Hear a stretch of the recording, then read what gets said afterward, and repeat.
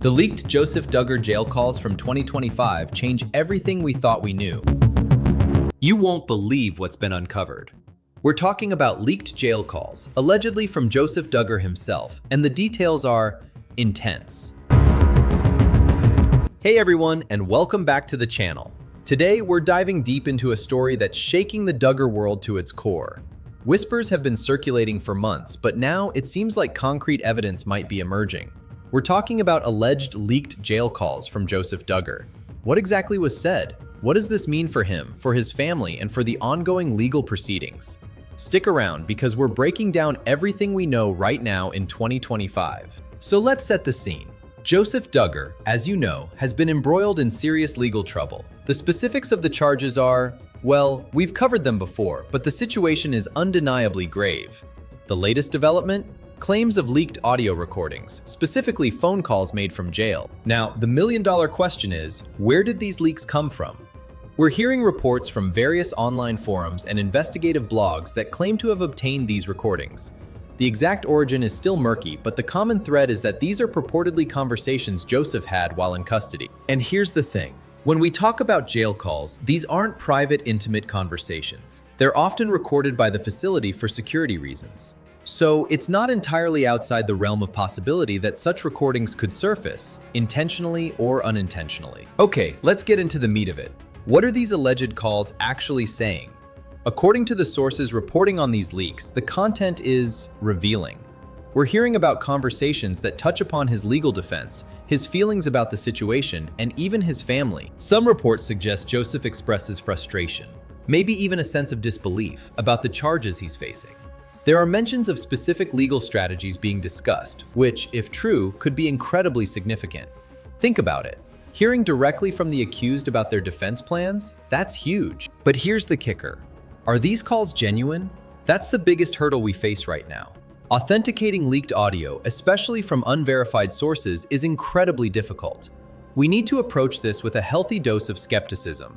Beyond the legal talk, some alleged transcripts hint at emotional turmoil. We're hearing about Joseph potentially discussing his remorse or perhaps his justifications. It's a complex picture, and the alleged details paint a very human, albeit troubling, portrait. And what about his family? Are there mentions of Jim Bob, Michelle, or his siblings? Some reports suggest there are.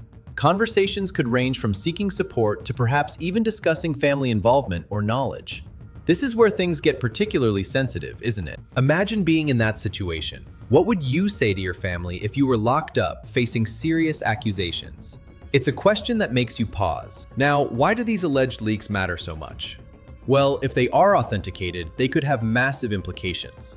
For the prosecution, it could provide potential evidence, admissions, or insights into his state of mind. For the defense, it's a minefield. They'd need to find ways to discredit the recordings or explain their context.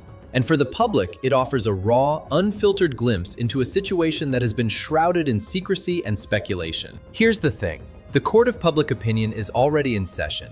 These leaks, whether real or fabricated, fuel the ongoing narrative.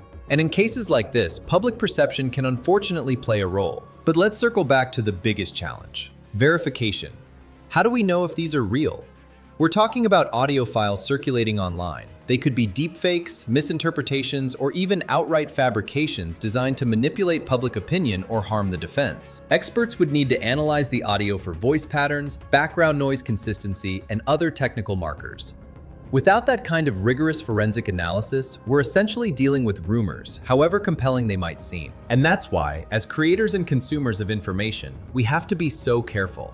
Jumping to conclusions based on unverified leaks can be incredibly damaging. So let's play devil's advocate for a second. If these calls are real, and if they contain incriminating statements, what happens next? This could significantly alter the trajectory of the legal proceedings. It might lead to plea deal negotiations, or conversely, strengthen the prosecution's case for trial. On the flip side, if the defense can prove the calls are fake or taken out of context, it could be a major blow to the prosecution's narrative and potentially even lead to sanctions against those who leaked them improperly. It's a high-stakes game of legal chess, and these alleged leaks add a completely unpredictable variable. What do you all think? How much weight should unverified leaks carry in a legal case? Let's talk about the family. The Duggar family has always been under intense public scrutiny. Any information, leaked or otherwise, that involves Joseph and potentially implicates other family members is going to be explosive. How the family navigates this, whether they issue statements or if they remain silent, will be telling. Their public image is constantly at stake, and something like this could cause significant damage or, conversely, galvanize their core supporters. It's a delicate balance, isn't it? Trying to manage a legal crisis while also dealing with the intense glare of the public eye, especially when alleged private conversations are made public. Now, it's crucial to highlight what we don't know. We don't have confirmed authentication of these calls. We don't know the full context of any alleged conversations. We don't know who is responsible for the leaks, and we certainly don't know the ultimate outcome of Joseph's legal battle.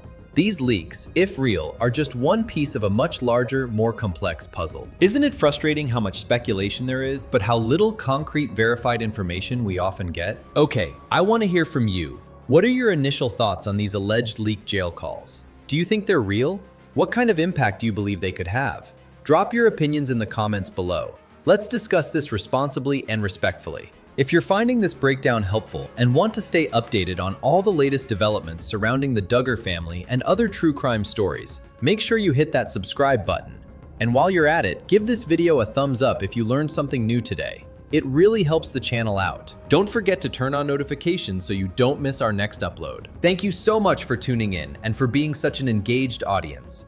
We'll continue to follow this story closely and bring you updates as soon as credible information becomes available. We're always striving to provide the most accurate and insightful analysis. Next time, we'll be diving into... You won't want to miss it. Until then, stay curious, stay informed, and we'll see you in the next one.